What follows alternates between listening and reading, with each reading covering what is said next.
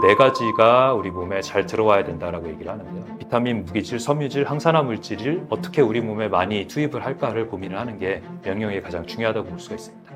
이거 가면 의사의 얼굴이 파랗게 된다 뭐 이런 말이 있잖아요.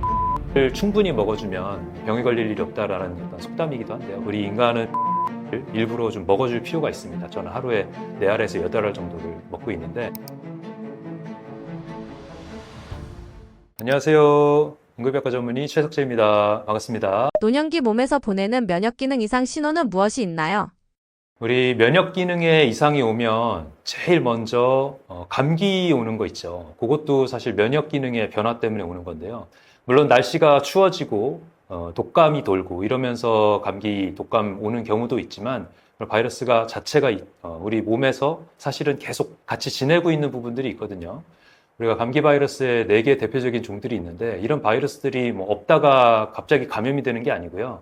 이 감기 바이러스들은 항상 우리 기관지에 같이 있는, 상재하는 그런 바이러스들입니다. 근데 이런 바이러스에 대한 저항력이 떨어지는 상황, 예를 들면 급격하게 추워진 날씨 환경이라든지 아니면 내 몸에서 면역력이 떨어질 만한 어떤 급성 스트레스 상황이라든지 이런 게 있을 때 같은 상재에 있던 균들이나 바이러스들에 우리가 감염이 되는 거고요. 그러면서 증상이 나타나고 이제 열이 나면서 고생을 하는 거죠. 물론 이제 독감 같은 경우는 조금 다른데요. 인플루엔자 바이러스 같은 경우는 이제 유행하는 철이 있고 그 유행할 때 사람들끼리 서로 감염이 되면서 퍼지는 부분이 있습니다. 그렇다고 하더라도 이 가을, 지금부터 이제 인플루엔자 A가 시작이 되고 이제 겨울, 봄 지나면서 인플루엔자 B가 시작이 되고 이렇게 하는데 그렇다고 하더라도 어떤 사람은 더 심하게 증상이 오기도 하고 고열이 나기도 하고 어떤 사람은 또 전혀 안 걸리고 그냥 지나가기도 하고 이러거든요. 그런 것 또한 이제 면역력과 관련이 되어 있죠. 그다음에 이제 호흡기 말고 이제 장 면역에도 면역력의 변화가 느껴집니다. 장 면역이 떨어지게 되면 이제 구토나 설사 같은 거 다른 사람들 먹어도 별 이상이 없었던 음식에 대해서 나는 구토를, 설사를 겪는다든지 이런 변화가 있습니다. 특히 이 가을철에는 게장이나 굴 먹고 노로바이러스 감염으로 오시는 분들이 꽤 있거든요. 근데 이 노로바이러스도 물론 이제 이 해산물을 많이 먹은 경우에는 누구나 걸릴 수 있지만 그렇지 않고 조금 먹은 사람은 또 걸리기도 하고 안 걸리기도 하고 그렇습니다. 이런 것 또한 내 몸의 면역력이 어느 정도 좋으냐 나쁘냐에 따라서 결정이 되는데요. 장 면역 상태가 좋은 사람은 이 노로바이러스가 어느 정도 좀 들어와도 별 증상 없이 잘 이겨내기도 하고 그냥 설사 한두 번 하고 끝나기도 하고 이런 차이들이 나타나게 됩니다. 또 그 외에 이제 피부 알레르기 반응도 면역력과 관련이 있거든요.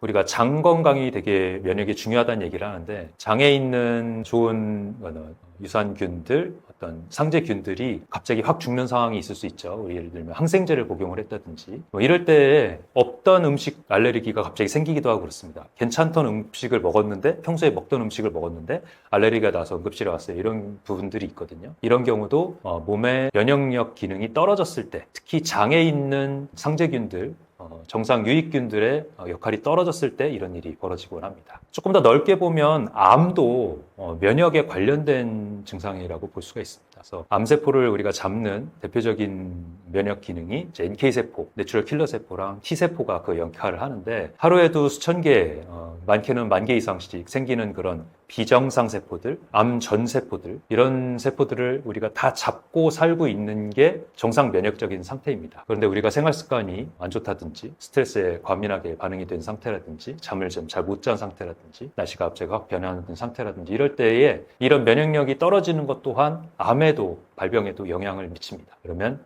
각종 그런 암들이 평소에는 걸리지 않고 잘 면역 기능이 잡고 있었을 상황을 못 이기고 그런 시간이 길어지면 그러면 이제 5년에서 10년 뒤에 우리가 1cm짜리 암을 발견하게 되는 거죠. 그래서 넓게는 암도 면역 질환이라고 볼 수가 있습니다. 원장님이 추천하시는 면역력 증진에 좋은 음식이 있나요?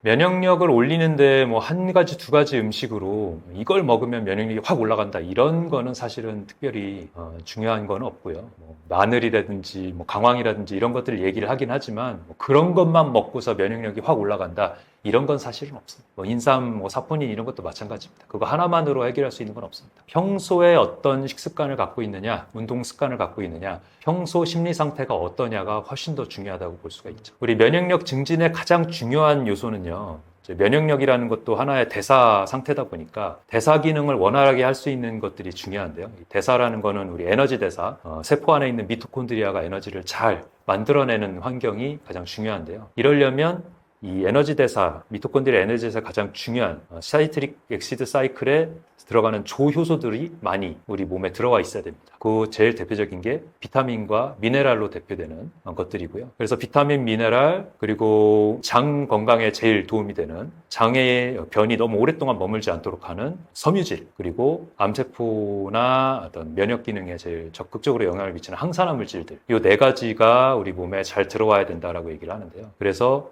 탄수화물, 지방, 단백질 같은 3대 영양소 말고 비타민, 무기질, 섬유질, 항산화 물질을 어떻게 우리 몸에 많이 투입을 할까를 고민을 하는 게 면역력에 가장 중요하다고 볼 수가 있습니다. 현대 사회에서는 사실 음식을 많이 먹어서 오히려 문제가 되는 사회죠. 그러다 보니까 탄수화물, 지방, 단백질, 비율, 양 이런 거는 사실은 부차적인 문제입니다. 가공식품이나 초가공식품들 말고 자연 유래 식품인 통곡물인 현미, 귀리, 키노아 이런 것들이 있지만 우리 주위에는 현미가 가장 가까운 통곡물이잖아요. 그래서 현미, 채소 중심의 녹황색 채소라고도 하고 다양한 색깔들의 채소들을 먹어줘서 탄수화물, 지방, 단백질보다는 비타민, 무기질, 섬유질, 항산화 물질들을 많이 섭취하는 방법들을 고민을 하는 게 가장 중요합니다. 비타민부터 먼저 좀 설명을 드려보면 비타민 A, B, C, D, E, K 계속 있잖아요. 이런 것들에 대해서 어느 정도 좀 알면 왜 이 섬유질들 포함된 채소들을 많이 먹어야 되는지 알 수가 있는데요. 비타민 A 같은 경우는 이제 베타카로틴이 이제 전구체라고 볼 수가 있는데 이게 많이 들어있는 음식이 호박이라든지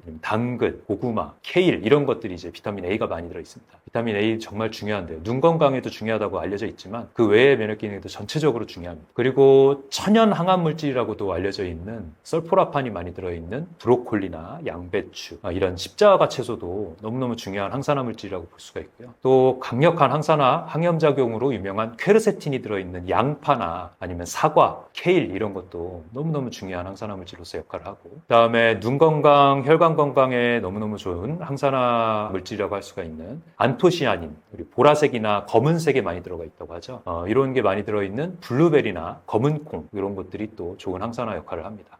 이런 것들을 같이 먹을 수 있는 방법으로 주스를 통해서 먹는 방법들을 제가 소개를 하기도 했는데요. ABC 주스, 사과랑 비트랑 캐럿, 당근 이렇게 섞어 먹는 방법도 있고 ACC 주스라 그래가지고 비트 대신에 양배추 섞어서 갈아가지고 먹는 방법도 있습니다. 주스에 다른 것들, 블루베리라든지 이런 것들 섞어서 먹는 것도 좋은 방법이고요.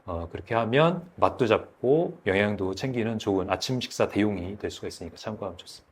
그 외에도 면역력 증진에 도움이 되는 음식 재료들이 있는데요. 하나씩 좀 짚어보면 마늘 같은 경우는 매운맛 성분인 알리신이 면역 증진과 그다음 항바이러스제 효과가 있고요. 그다음 버섯에 있는 베타글루칸이 면역력 도움되고 그다음 암 예방에 도움이 되는 걸로 알려져 있습니다. 고구마에 있는 베타카로틴 말씀드렸죠. 비타민 A의 전구체 이런 것도 항산화 역할로 너무 좋고 면역력 증진에 역할을 주고요. 파프리카 같은 고추 같은 이런 데 있는 비타민 C 두말할 거 없이 중요하죠. 비타민 C 같은 경우는 특별히 더 말씀을 드릴 필요가 있는데요.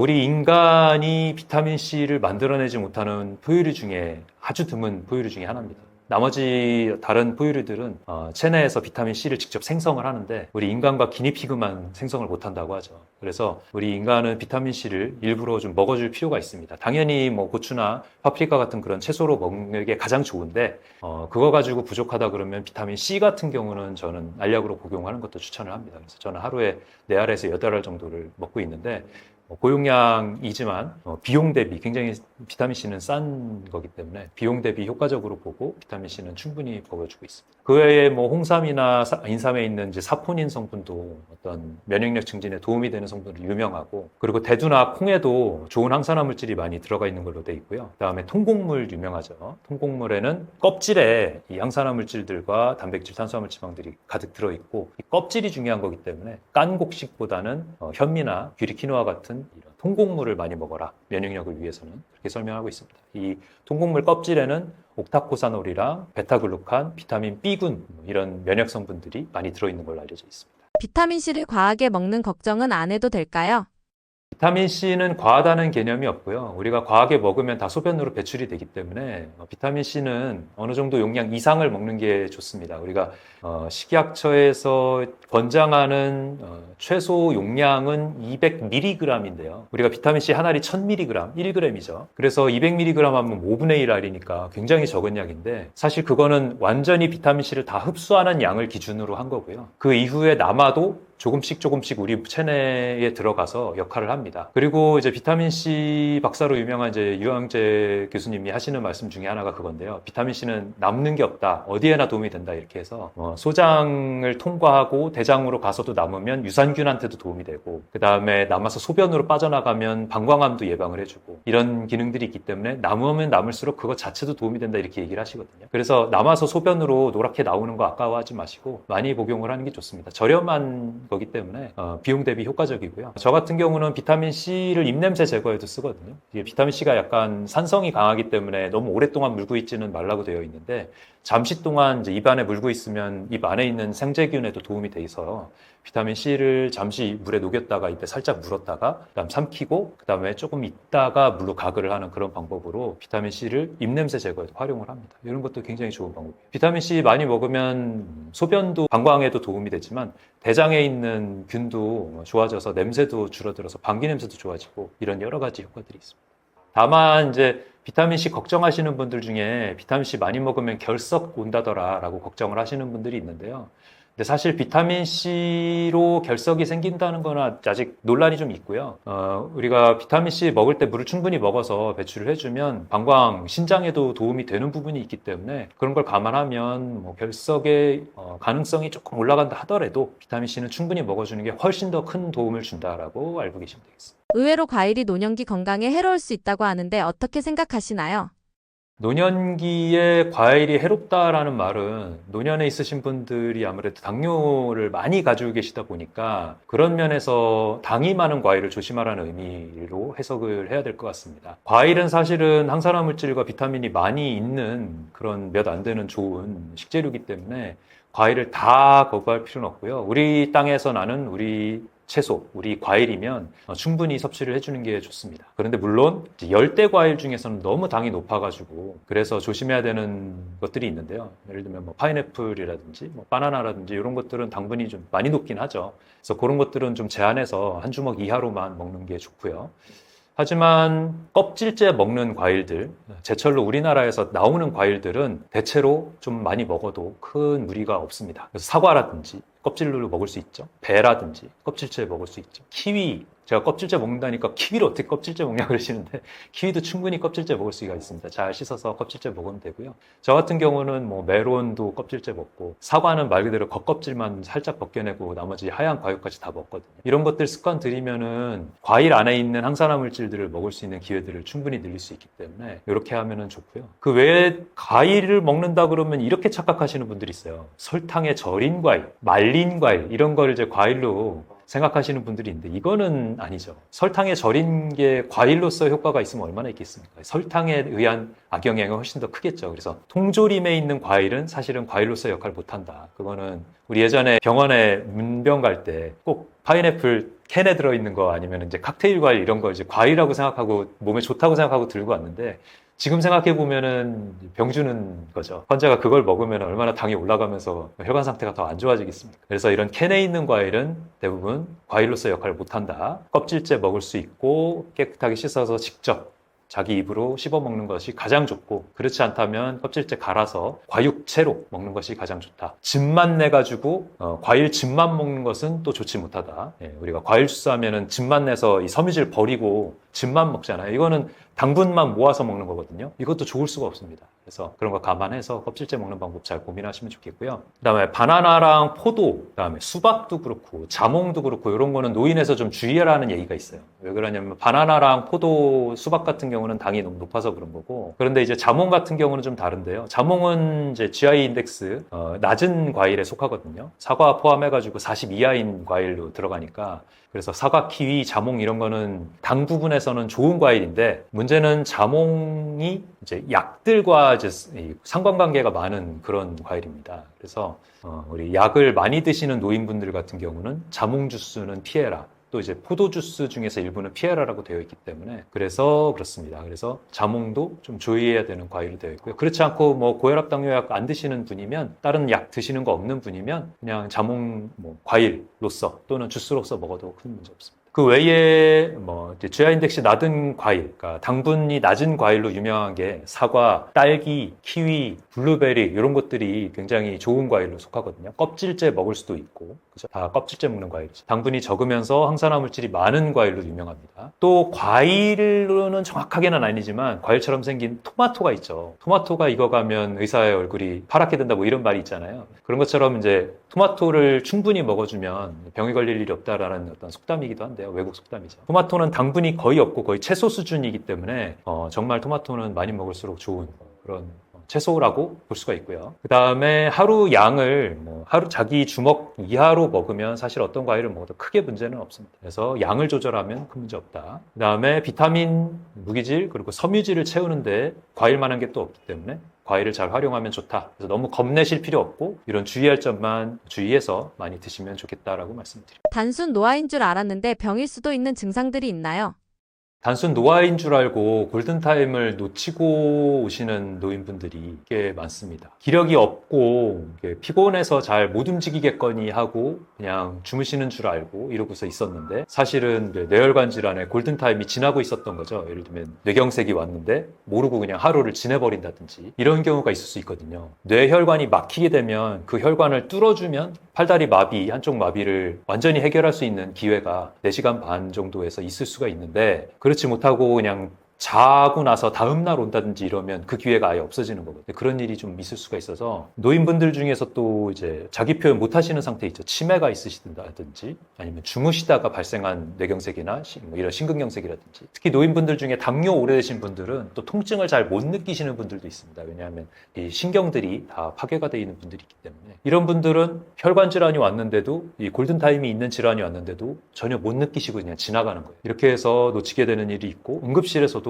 그 환자의 검사가 늦어져서 놓치게 되는 일이 종종 있습니다. 저도 기억나는 사례가 있는데 80대 할머니였어요. 치매가 있어서 누워 계시는 분이었고 기력이 없어서 전혀 먹지도 못하고 평소에 그래도 화장실 가는 정도 구축해서 갔던 분이 아예 못 일어나신다. 이틀째다 이렇게 해서 응급실에 오셨는데 그러니까 당연히 이제 뭐 콩팥 기능 이상, 전해질 이상 이런 거를 이제 고려를 했지 심장은 사실 고려를 못했단 말이에요. 근데 알고 보니까 그 할머니의 심장 심전도가 급성 심근경색의 심전도를 보이고 있었던 거죠. 근데 이제 흉통을 호소를 못하고 그냥 기운이 없어서 오시니까 보호자도 몰랐고 의사도 당연히 사실은 고려를 했어야 되는데 의심을 못했던 겁니다. 그래서 시술을 1시간 늦게 들어가서 굉장히 환자한테도 미안했던 그런 기억이 있는데요. 바로바로 확인을 했으면 30분 안에 시술 들어갈 환자를 30분 이상 지연을 시켰었죠. 이런 일들이 벌어지는 게 노인 환자에서의 심근경색이나 뇌경색의 그런 문제입니다. 특히 다리가 불편해서 누워 지내시거나 이런 분들은 컨디션이 금방 나빠지거든요. 우리가 이제 대퇴골절이 오거나 이렇게 골다공증 있으신 분들 쉽게 부러지죠. 그런 분들 보면은 의자에서 일어나다가 그냥 푸석하고 주저앉았어요. 내지는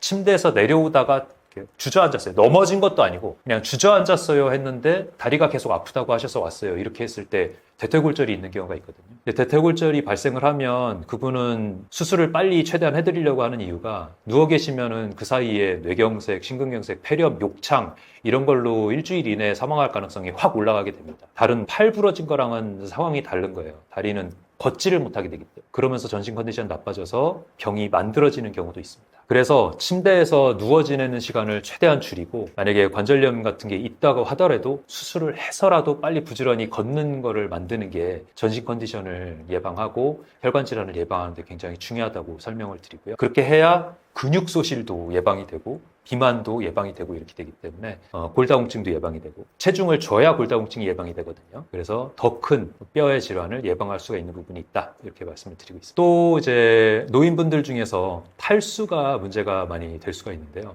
식사를 못하거나 물도 잘 못 드시고 그냥 누워 지내시다가 콩팥이 망가지고 전해질이 망가져가지고 오시는 분들이 있어요. 소변량이 줄기 시작하고 잘 기저귀를 채워놨는데 소변이 안 나오더라 계속 깨끗하더라 이러면 응급실 오실 생각을 하셔야 됩니다. 왜냐하면 우리가 ARF라고 하는데 급성 신장 부전이 생각보다 빨리 옵니다. 소아 같은 경우는 24시간 안에도 오고요. 성인 같은 경우는 이틀 3일이면 금방 급성 신부전이 오거든요. 소변이 양이 줄기 시작하거나 너무 진해졌다. 그럼 지체 말고 병원 와서 수액을 달고 원인이 뭔지에 대해서 파악을 하고 원인이 별로 없는데도 환자분이 못 먹어서 생긴 그런 탈수에 의한 질환이라면 수액을 달고 며칠간 입원 치료가 필요할 수가 있습니다. 그 외에 폐렴이라든지 이런 거 기침 발열이 없는데도 폐렴이 오는 경우가 있어요. 게다가 먹다가 이제 살에 걸렸는데 살에 걸리고 나서 기침하고 나서 그냥 좋아져가지고 괜찮겠거니 하고 며칠 지났더니 2, 3일 뒤에 막 열이 나면서 기침 심해지면서 가래 막 끈덕끈덕하게 나오고 이러는 분들은 이제 흡인성 폐렴이 온 거거든요. 이런 것도 그냥 단순 노화겠거니 하고 지나다가 생기는 위험한 질환일 수가 있습니다. 특히 폐렴 중에서 흡인성 폐렴은 인공호흡기 달고 중환자실 가는 확률이 굉장히 높을 정도로 위험한 질환이기 때문에 그래서 이런 살에 걸렸을 때 잘 기침하고 넘어갔다 하더라도 잘 보셔야 됩니다. 그래서 이런 이상 증상이 있으면 그냥 하루 이틀 미루지 마시고 가까운 의원이라도 가서 가슴 엑스레이 찍어보고 청진이라도 들어보고 이런 노력을 해야 됩니다. 그게 늦어지면 응급실이라도 오셔야 되겠죠. 그런데 이런 평소에 조치를 못하고 워낙 요즘은 이제 자녀랑 부모님이 멀리 떨어져서 생활을 하시다 보니까 연휴에 이번에 이제 추석 때 있었잖아요. 추석 때 연휴에 보호자분들이 할머니 할아버지 만나고 나서 왜 이렇게 컨디션이 안 좋아졌냐 이러면서 이제 효자 노릇하기 위해서 응급실로 모시고 오는 경우가 있어요. 물론 어쩔 수 없는 상황인 거 일부는 이해합니다만 검사도 거부하고 그냥 영양제 타령만 하시는 분도 있거든요. 근데 저희가 진찰을 해보고 정말 못 먹은 시간이 길거나 아니면 흉통이나 팔다리 마비나 이런 게 있으면 그거에 대한 검사를 적극적으로 해야 되는 경우도 있습니다. 응급실 오셔가지고 진짜 미어 터지는 정신없는 응급실에서 응급실에 와가지고 영양제만 주세요 이러지 마시고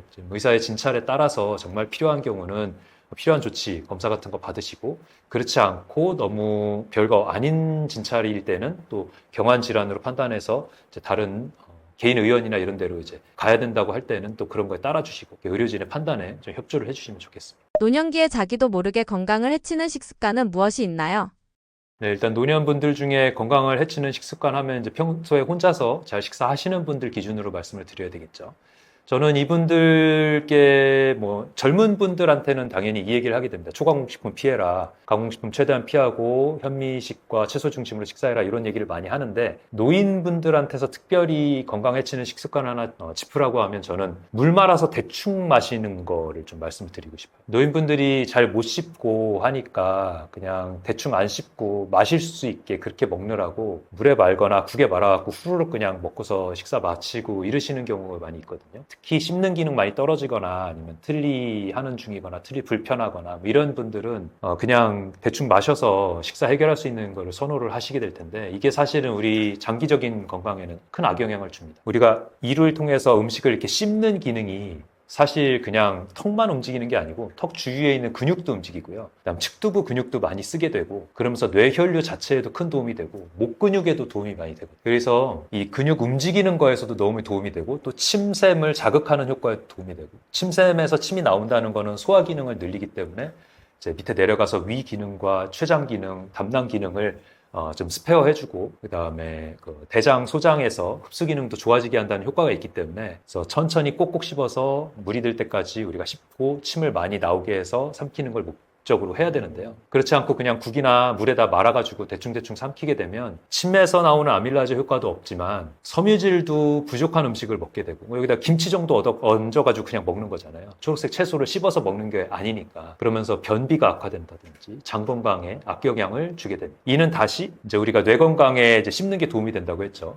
반대로 그런 역할을 못하면서 우울증, 치매 아니면은 불면증 같은 이런 정신 건강에도 악영향을 주거든요. 근데 이게 씹는 역할을 못해서 생기는 문제도 되지만 장 건강이 나빠져서도 정신 건강에 영향을 줍니다. 아니 장 건강이 나빠졌는데 왜 정신 건강을 얘기하냐 이렇게 얘기하실 수도 있는데 사실 장뇌축이라는 표현이 있거든요. 장에서 나오는 그런 호르몬들 우리가 잠을 이제 깊게 잘 수 있게 만드는 이제 멜라토닌이라든지 이런 호르몬들도 사실 장에서 만들어지는 게 80% 이상입니다. 그 정도로 중요하기 때문에 우리가 정신 건강에 이 장의 기능이 중요하다고 할 수가 있는데 그냥 물에 훌훌 말아가지고 대충 마시고 채소나 이런 거 없이 그냥 김치 조금 얹어갖고 그냥 먹고 말고 이런 식으로 식사를 마무리하시다 보면 장 건강이 나빠지고 변비가 심해지면서 이런 정신 건강에도 악영향을 줍니다. 그래서 우울증, 치매, 불면증 이런 것들이 영향이 있다라고 말씀을 드리게 되는 거죠. 반대로 이제 연화 기능이 떨어지신 분들, 씹지를 못하시는 분들 중에서는 흡인성 폐렴을 고려해야 되는 분들이 있어요. 그러니까 제가 지금 말씀드렸던 씹는 기능이 중요하다는 거는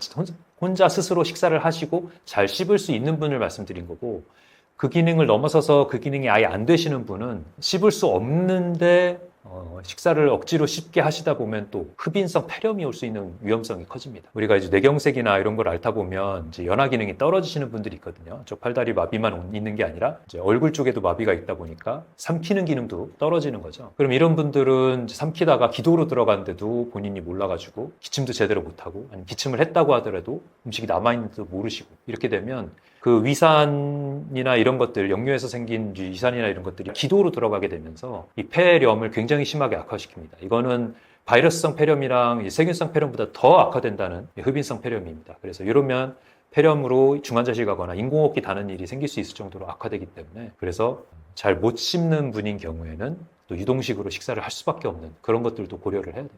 참 어렵죠. 이번 화의 주제는 이제 노년의 일반적인 건강 그리고 습관, 생활습관, 식습관에 대해서 말씀을 드렸는데요. 사실 이제 식습관 중심으로 말씀드렸지만 운동도 너무너무 강조하고 싶은 부분 중에 하나입니다.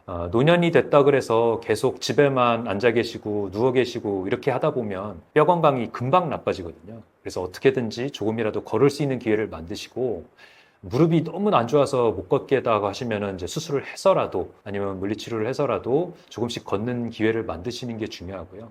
그래야 뼈 건강과 이제 이런 정신 건강에 도움이 되기 때문에 그렇습니다. 특히 걸으려면 이제 방 안에서 이렇게 걷는 것도 당연히 도움이 되지만 밖에 나가서 햇볕을 쬐면서 비타민 D를 섭취를 피부를 통해서 하는 거죠. 햇볕을 통해서 자외선을 받으면서 이렇게 하는 것도 너무너무 추천을 드리고 싶고요. 그래서 하루에 작게는 몇 보라도 시작해서 많게는 3km 정도를 목표로 걷는 거를 하면 그리고 햇볕을 받으면서 걸으면 그러면서 좋은 공기 마시면서 걸으면 정신 건강에도 도움이 되고 뼈 건강, 심폐 기능 건강, 뇌 건강에도 너무 도움이 된다는 말씀을 마지막으로 드리고 싶습니다. 제가 제 응급실에서 환자분들 돌본 지 만 19년 차에 접어들고 있습니다. 이제 횟수로 20년 차에 가고 있는데요. 이렇게 수많은 환자분들 돌봐드리면서 만성 대사 질환들 그리고 그 만성 대사 질환들의 끝에 환자분들과 그 가족들의 슬픔들을 많이 경험을 해왔습니다. 그러다가 3년 전에 황성수의 힐링스쿨에 참여를 하면서 많은 부분을 느꼈거든요. 2주간, 단 2주간의 철저한 식생활 습관 변경만으로도 혈압, 당뇨, 고지혈증은 물론이고 비만, 지방간, 알레르기, 통풍, 관절염, 불면, 우울증까지 이런 것까지 된다고? 라고 얘기하실 수가 있는데 됩니다. 생활습관, 식습관으로 좋아지는 질병들이고요. 이런 것들이 두루두루 좋아지고 반수 이상은 혈압, 당뇨약 완전히 끊는 거를 제가 직접 눈으로 보면서 정말 식습관, 생활습관의 효력은 생각했던 것 이상이구나. 이 길을 가야 되겠다라고 마음먹을 계기가 됐었습니다. 그때부터 이제 방송에 열심히 참여를 하면서 이 말씀을 드리기 시작했었는데요. 그래서 방송과 영상, 이 유튜브 채널, 이렇게 뚝스푼 같은 좋은 채널들에 나와서 이렇게 말씀을 드리고 있는데 그러다가 출판사에 좋은 제안을 받게 돼서 이 책을 쓰게 됐습니다. 우리 심혈관 질환, 뇌혈관 질환, 무서운 응급실에서의 3대 중증 질환이죠. 거기에다가 비만, 지방간, 이런 만성질환, 거기에다가 암까지 우리 삶에서 너무 많이 가족과 본인의 생활의 어떤 질을 낮추는 그리고 가족들의 슬픔을 너무 많이 만드는 이런 질환들이 우리 생활에서 멀어지길 바라는데 점점 더 가까워지기만 하고 있는 것 같아요. 점점 시간이 갈수록. 그래서 멀어질 수 있는 방법을 최소한 몰라서 못하지는 말자라는 취지에서 책을 쓰게 됐습니다. 아는데도 안 하시는 분은 제가 어쩔 수 없습니다. 그런 분들은 자기가 의지를 가지고 그걸 드시는 거니까 어쩔 수 없는데 몰라서 하지는 말자. 근데 모르는 분들 중에 이 심각성을 모르는 분도 있지만 방법을 모르는 분도 있습니다. 그리고 방법을 모르는 분도 있지만 근거를 잘 몰라서 확신을 못 하시는 분도 있습니다. 내가 좋아질지 잘 몰라서 안 한다. 그냥 좋은 얘기로 하는 거 아니냐. 바뀔 것 같지 않다. 이래서 안 하시는 분들도 있거든요. 근데 바뀌는 걸 눈으로 보거나 바뀐 사례를 보거나 아니면은 바뀐 근거를 논문으로 된 거를 우리가 직접 본다면 정말 바뀔 수 있는 하나의 트리거가 될 수가 있습니다. 그래서 이 책에 그런 내용을 담았습니다. 어떻게 하면 이 생활습관, 식습관을 바꿀 수 있는지도 담았지만 그 실제 사례와 그 근거를 담았거든요. 그리고 차근차근 실행할 수 있는 단계별 방법도 담았습니다. 소중한 나와 내 가족 그리고 친구들을 위해서 뭔가 삶을 변화시켜야 되겠다라는 마음이 이 영상을 보고 들었다면 특별한 건강보조식품 하나를 선물을 해드릴 게 아니라 이 책을 선물하는 게 훨씬 더 도움이 될 수도 있겠다라는 생각을 합니다. 그리고 같이 변화를 하는 거죠. 주위 사람들과 같이 동네를 한 바퀴 걷거나 뛰기 시작한다든지 헬스장을 끊는다든지 아니면은 식탁을 바꾸자고 제안을 한다든지 엄마들이 바뀌는 게 정말 중요한데요. 엄마들이 식탁을 대부분 관리를 하고 있기 때문에 그렇습니다. 그래서 엄마들이 이 책을 읽고 식탁을 바꾼다. 이런 것들로 한 가정의 삶이 바뀌면 이 후세 세대들의 아이들의 식생활 습관도 바뀌고 그럴 수가 있습니다. 그래서 그런 부분들을 이 책을 통해서 많이 얻어가셨으면 좋겠습니다.